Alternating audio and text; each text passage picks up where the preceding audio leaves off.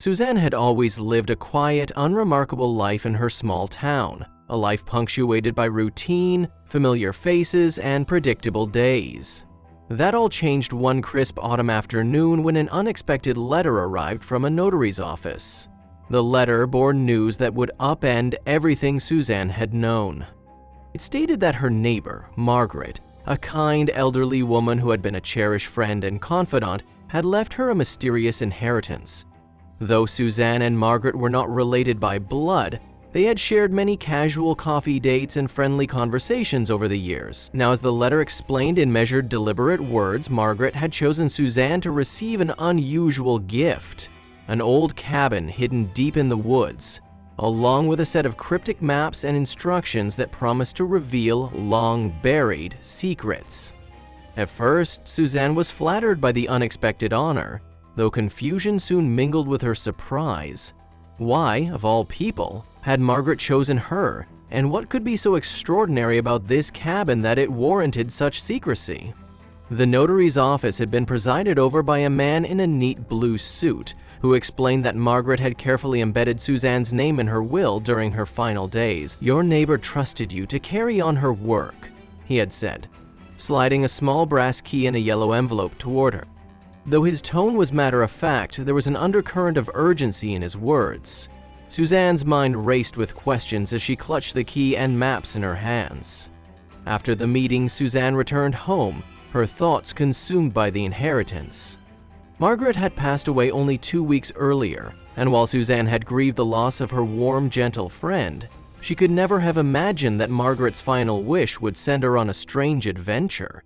That evening, Suzanne sat by her kitchen table and studied the envelope's contents. Inside were several faded photographs, a set of hand-drawn maps with red markings on unknown locations, and a letter addressed solely to her. The letter explained that the cabin, located deep in a dense woodland far from civilization, was not merely a piece of property. It was Margaret's research cabin, a place where she had secretly pursued investigations into local mysteries and unsolved crimes. The letter continued, "I have spent years collecting evidence of hidden corruption in our county. I leave my notes, maps, and all the artifacts to you, Suzanne. Deliver them to the proper authorities in the neighboring county, for here they cannot be trusted. This is my final request. Do not bring my findings to the local police." The final sentence, scrawled in a determined hand, sent a shiver down Suzanne's spine. Intrigued and unsettled in equal measure, Suzanne decided to discover the truth behind Margaret's mysterious bequest. She spent the next few days poring over the maps and photographs. The maps depicted familiar areas, the town's outskirts, a nearby river, and a cluster of dense woodland. But they also showed strange markings in red that indicated excavation sites or hidden locations. One map in particular caught her eye. It pointed to an isolated cabin located about an hour's drive from the notary's office. Though Suzanne had never heard of Margaret owning any such property, the detailed drawings and the notary's instructions left little doubt that this cabin was real and that it held significance. Determined to uncover the mystery, Suzanne set out early one Saturday morning. With a brass key and maps in her purse, she drove her car out of town.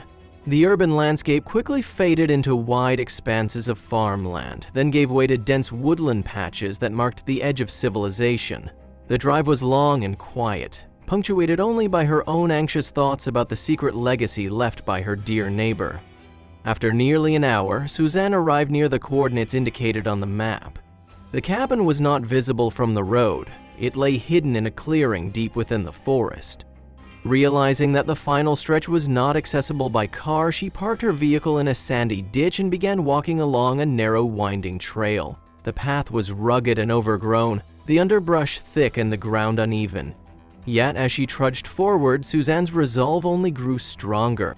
She could feel that this was more than just an inheritance. It was a key to a hidden part of her community's past. About 30 minutes later, Suzanne finally came upon the cabin. It was a small, weathered wooden structure that had clearly seen better days. Its exterior was worn with rotten patches on the siding and most of the original windows missing. The sight of the dilapidated building startled her. She had never imagined that Margaret, the kindly old lady known for her homemade biscuits and gentle smile, had owned such a mysterious property. With a mixture of trepidation and excitement, Suzanne retrieved the brass key from her purse and inserted it into the lock. The door creaked open with a loud, hollow screech, revealing a dark, dusty interior. Inside, the cabin was an eerie time capsule. The air smelled of stale wood and forgotten memories. Rays of fading light filtered through the broken window frames, illuminating a room filled with cobwebs and old furniture. Suzanne moved cautiously through the space, her footsteps echoing on the creaking floorboards. In one room, she found a portrait of Margaret, a well-worn photograph depicting the old lady surrounded by family, holding two enormous balloons that spelled out 65. The image stirred bittersweet memories of their past conversations and the affection they had once shared. As Suzanne continued her exploration, she began to notice that the cabin held more than just relics of a bygone era. In the main living area, a tattered Persian rug lay in an inconspicuous spot on the wooden floor. Something about it seemed out of place.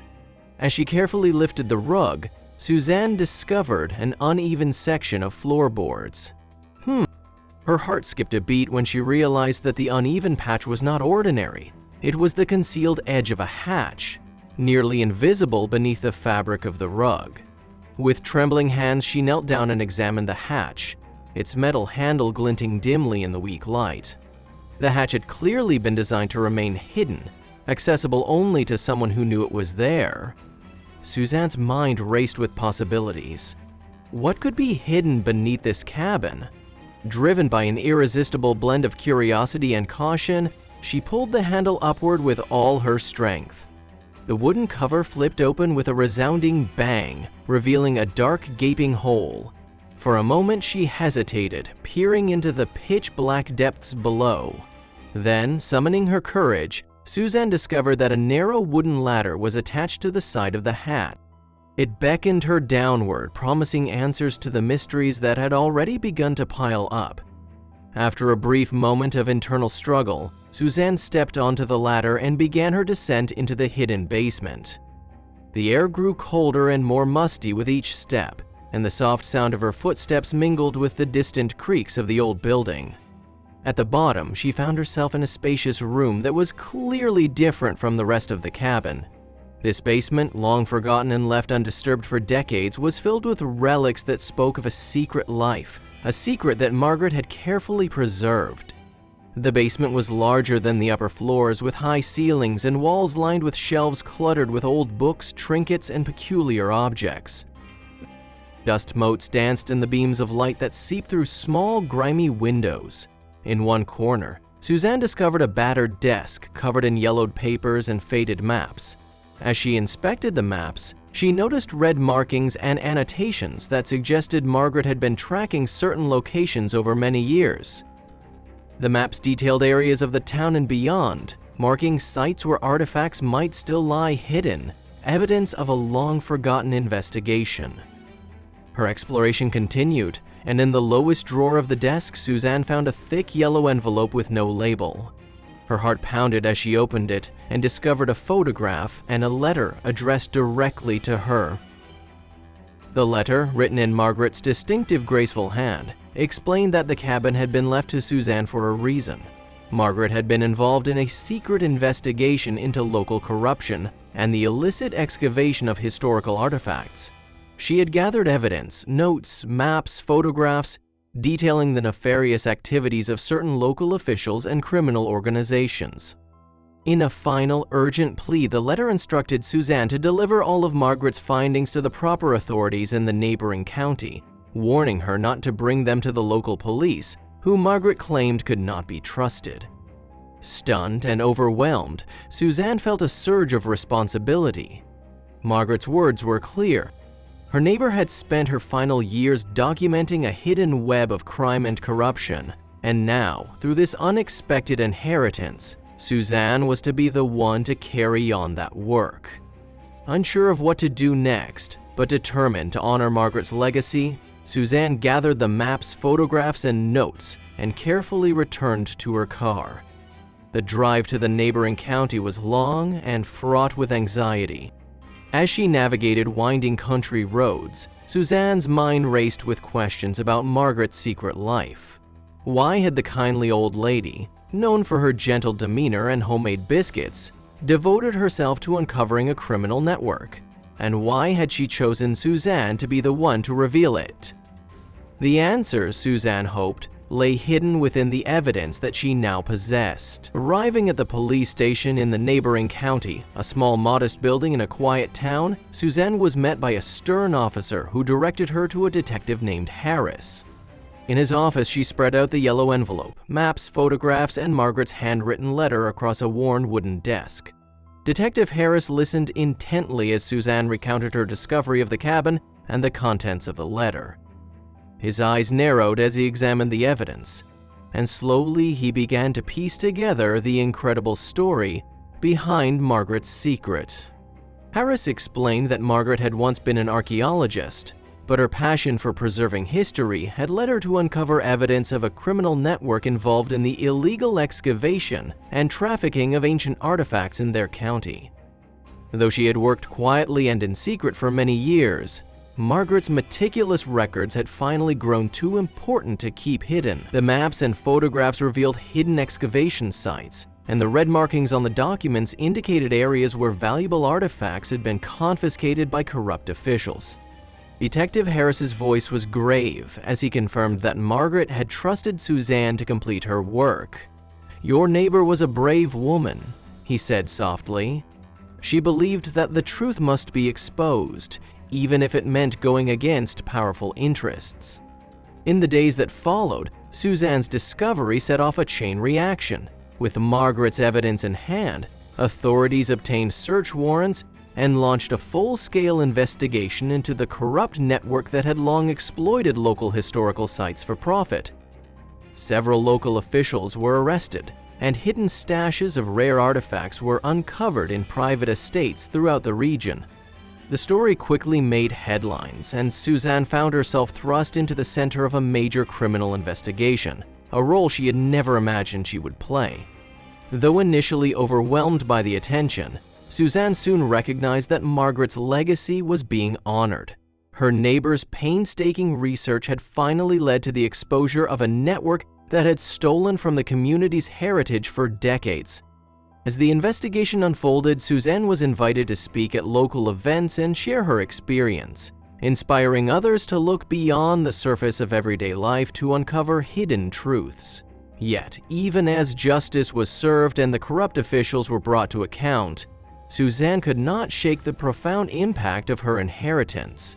The mysterious cabin, once a forgotten relic, had transformed her life and given her a sense of purpose. It was a constant reminder that sometimes the most unexpected gifts come with burdens, but also with the opportunity to make a difference. Suzanne returned to the cabin one last time, not to linger in the past, but to honor Margaret's memory by clearing away the dust and cobwebs and preserving the legacy of the research that had changed everything. Standing in the silent, musty corridor of the cabin's basement, Suzanne gently touched the faded pages of Margaret's journal. Every word, every map, and every photograph was a testament to a life dedicated to uncovering the truth, regardless of the cost. In that moment, Suzanne felt a quiet resolve settle over her. Margaret's work would not be in vain. The evidence was being used to safeguard the community's heritage, and Suzanne's unexpected inheritance had become a beacon of justice. As Suzanne left the cabin that day, the old brass key still clutched tightly in her hand, she knew that her life had been irrevocably changed. The bizarre adventure that began with a mysterious letter had opened her eyes to hidden histories and the enduring power of truth. Suzanne's journey had taken her from a place of quiet familiarity to the very heart of a secret investigation, and in doing so, she had helped expose a web of corruption that would alter her community forever. Her story serves as a reminder that sometimes the most extraordinary paths are hidden in the most unexpected places, waiting to be discovered by those brave enough to follow their curiosity. Margaret's legacy, preserved in the dusty corners of an old cabin, would continue to inspire and empower, ensuring that truth and justice prevail even in the face of overwhelming odds.